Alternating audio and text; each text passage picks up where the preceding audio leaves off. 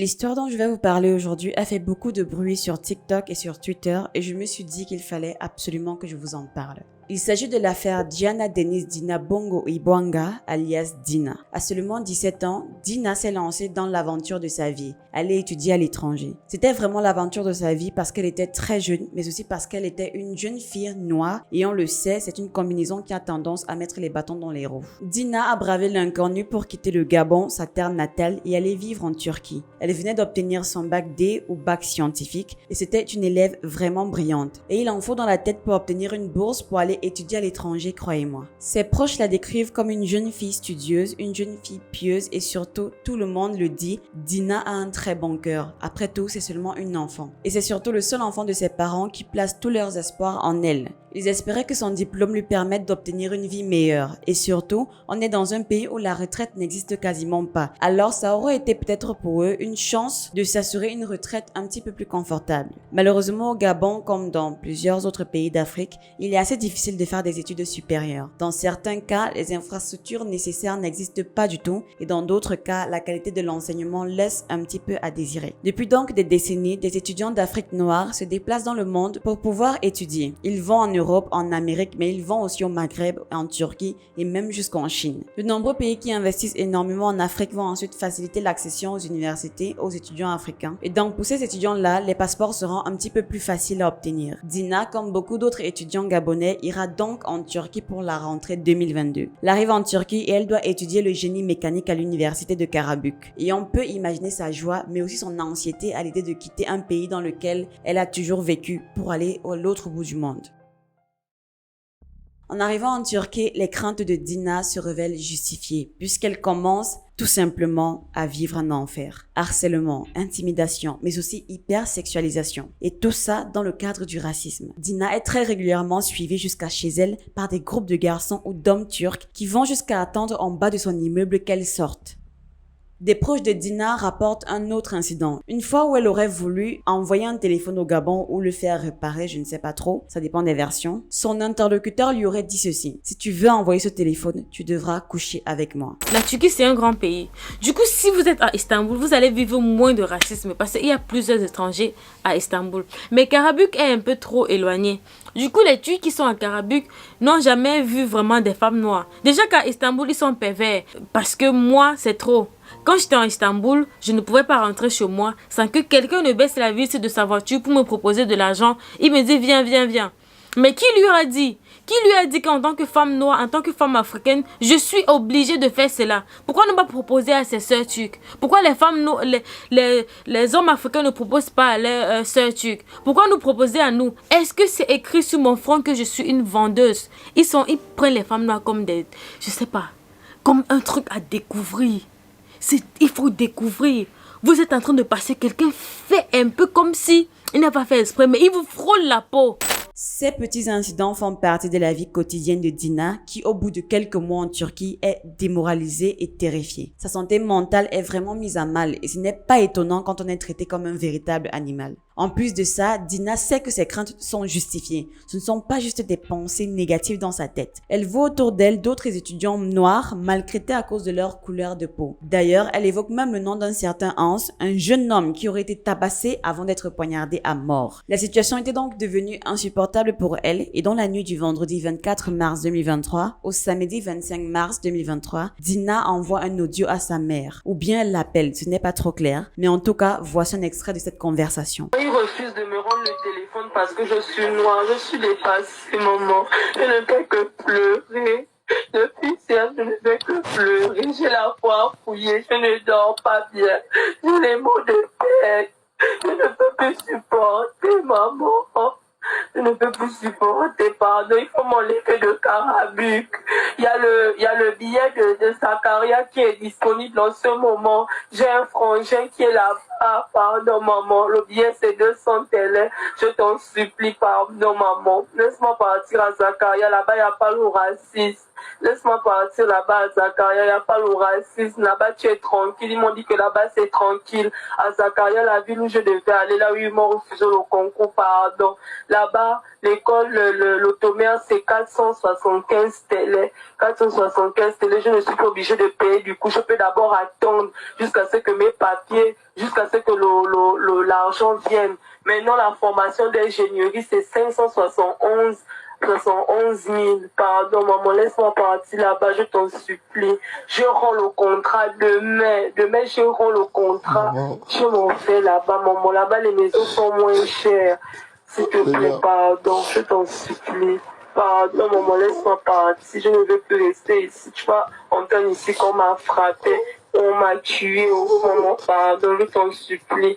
Hier, il y a un truc qui a failli me jeter. Maman, tu vas entendre ici qu'on m'a frappé. La première chose qu'on peut entendre, c'est « Il refuse de me rendre le téléphone parce que je suis noire ». La violence de ses propos, c'est terrible. Dans cet audio, Dina supplie sa mère de la laisser quitter Karabük parce qu'elle a un pressentiment. Elle ne se sent vraiment pas en sécurité. Son plan, c'est d'aller étudier à Sakarya, une ville qui se situe à moins de 2 heures d'Istanbul, la capitale de la Turquie. Dina avance plusieurs arguments. Les maisons y seraient moins chères, elle y aurait quelques amis là-bas, mais surtout le racisme serait beaucoup moins important à Sakarya qu'à Karabük. Apparemment, à Karabük, la situation est explosive, au point où Dina dit à sa mère qu'elle risque d'entendre bientôt qu'on l'a frappée à mort. Elle évoque même la fois où on l'aurait presque giflée. Et le racisme que Dina vit, elle ne le vit pas seulement d'autres étudiants turcs. Elle ne le vit pas seulement de personnes lambda dans la rue. Elle le vit même de ses professeurs. Des professeurs qui sont censés être des personnes éduquées. Malheureusement, les parents de Dina n'ont pas beaucoup d'argent. Ils lui demandent de patienter un petit peu, le temps de réunir la somme qui lui permettra de voyager jusqu'à Sakarya. Ils promettent cependant de la lui envoyer le dimanche 26 mars. Malheureusement, le corps de Dina est retrouvé dans une rivière non loin de son université, et ça quelques heures seulement après qu'elle ait envoyé ses audios à sa mère. Le corps a été retrouvé par un mécanicien de train dans un ruisseau non loin de son université, et il a immédiatement appelé les secours.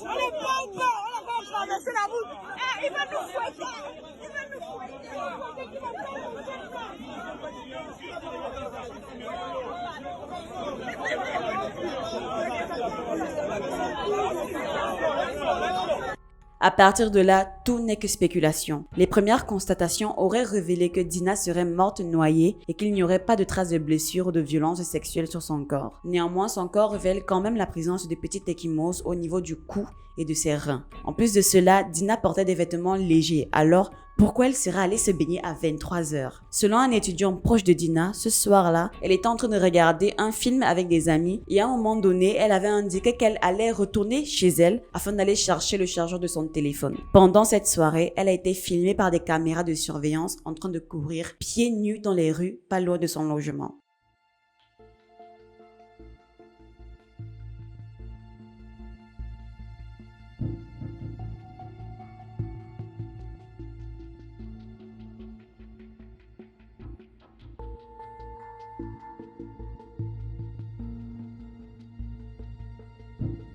Même si nous n'avons pas encore le fin mot de l'histoire, le décès de Dina a levé le voile sur son horrible quotidien et sa détresse. D'après les autorités turques, aucun téléphone n'a été retrouvé sur le corps de Dina, mais d'après ses proches, son compte WhatsApp était encore actif bien après sa mort. Il y a énormément de versions qui se heurtent les unes aux autres et je crois que tant qu'il n'y a pas une contre-autopsie ou une contre-expertise réalisée, on ne saura pas la vérité sur ce qui est vraiment arrivé à Dina. En tout cas, les proches de la famille de Dina ne croient pas du tout à la version des autorités turques et ils ne sont pas les seuls justement. Le mardi 4 avril, les médias turcs ont annoncé que 6 personnes avaient été arrêtées, des suspects potentiels dans le cadre de la mort de Dina.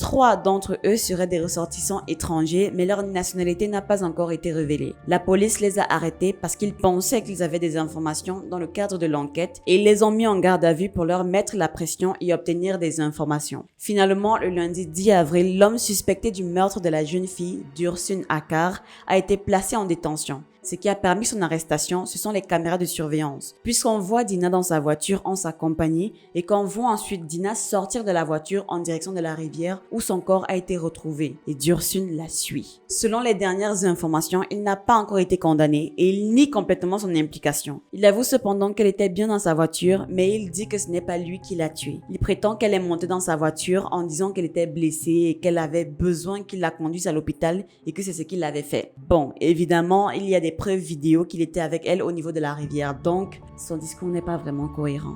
Les étudiants africains de l'université de Karabuk, notamment les amis de Dina, ont manifesté en brandissant des portraits de la jeune femme et sur Twitter, le hashtag Justice pour Dina a explosé. Au Gabon, des manifestations ont aussi éclaté dans plusieurs villes auxquelles ont notamment pris part les parents de Dina qui étaient dévastés. Je rappelle qu'ils ont perdu leur fille unique et qu'ils ont, je crois, le sentiment de ne pas avoir pu l'aider assez vite. J'ai d'ailleurs vu plein de commentaires et de vidéos assez dégueulasses sur TikTok notamment. Des gens qui disaient à sa mère qu'elle n'a rien fait pour l'aider, qu'elle n'aurait pas dû envoyer son enfant toute seule à l'étranger pour étudier, que certaines familles aiment trop faire les fières en envoyant leurs enfants étudier à l'étranger, comme si au pays l'école était finie, etc., etc. Non mais what the fuck? Ne parlez jamais sans connaître l'entièreté de la situation, surtout des situations aussi délicates que celle-ci. On parle d'un potentiel meurtre. En Turquie, la négrophobie est un problème récurrent et souvent ignoré. Les personnes noires font souvent l'objet de discriminations, de préjugés que ce soit de la part des autorités ou des citoyens lambda. Et apparemment, les médias turcs auraient tendance à représenter les personnes noires de manière assez négative et stéréotypée. Une chose qui forcément contribue à renforcer les préjugés et la discrimination. Il faut savoir que les personnes noires en Turquie seraient souvent confrontées à une violence physique et verbale. De nombreux incidents de violence raciale auraient été signalés dans le pays, notamment des attaques contre les travailleurs migrants africains et des étudiants noirs, et les autorités turques ont souvent été accusées de ne pas prendre au sérieux le problème de la négrophobie et du coup de ne pas protéger adéquatement les personnes noires contre la discrimination et la violence. Mais toutes ces choses ne sont pas du tout exclusives à la Turquie, on le sait. Ça se passe même aux États-Unis, au Maghreb, ça se passe également en Chine, dans des pays asiatiques. On connaît, on est bien habitué maintenant. Personnellement, je ne suis jamais allée à l'étranger, je ne suis même d'ailleurs jamais sortie de la région de mon pays. Mais cet argument comme quoi, c'est la faute aux parents qui ont envoyé leur fille à l'étranger en pâturage, je suis désolée mais ça ne tient pas. Le monde dans lequel nous vivons est devenu tellement tordu que les gens ont pris pour habitude d'écarter la norme et de normaliser l'écart. Les gens ont décidé qu'à cause de leur couleur de peau, une race sera désormais en dessous des autres. C'est aberrant. C'est vrai, le monde dans lequel on vit, ce n'est pas le monde des bisounours, mais certaines déviances n'y ont pas leur place. La Turquie n'a pas vraiment été épargnée par le fléau de l'esclavage. C'est devenu un pays sans esclaves légaux, mais ça n'empêche pas le problème de la traite des êtres humains de persister. Il faut savoir que la Turquie est un pays source de transit et de destination pour les victimes de la traite des êtres humains, notamment des femmes et des enfants soumis à des travaux forcés, à la prostitution forcée et à d'autres formes d'exploitation. Et bien sûr, les migrants africains et les réfugiés africains sont particulièrement vulnérables. C'est aussi le cas en Afrique du Nord, au Maghreb. On a aussi le même phénomène à Dubaï. On le sait tous, il existe une très grosse hypocrisie vis-à-vis du traitement des personnes noires qui seront toujours catégorisées comme feignantes si elles ne travaillent pas, gênantes si elles veulent étudier à l'étranger et de manière générale tout à fait désagréables. Nous ne sommes pas tous obligés de nous aimer, ok, mais je crois qu'entre être civilisés, nous avons le devoir de nous respecter les uns envers les autres. Je pense ici que je m'adresse à des personnes intelligentes qui comprendront ce message. Voilà, c'est déjà la fin de cette vidéo. Laissez un like et un commentaire par rapport à tout ça. Et si ce style de contenu vous plaît, pensez à vous abonner et à activer la cloche de notification pour ne pas rater mes prochaines vidéos. Oui, je me fais rare, mais c'est parce que je bosse sur plusieurs projets à la fois. Merci d'être arrivé jusqu'à la fin. Je vous dis donc à bientôt. Prenez soin de vous. Ciao.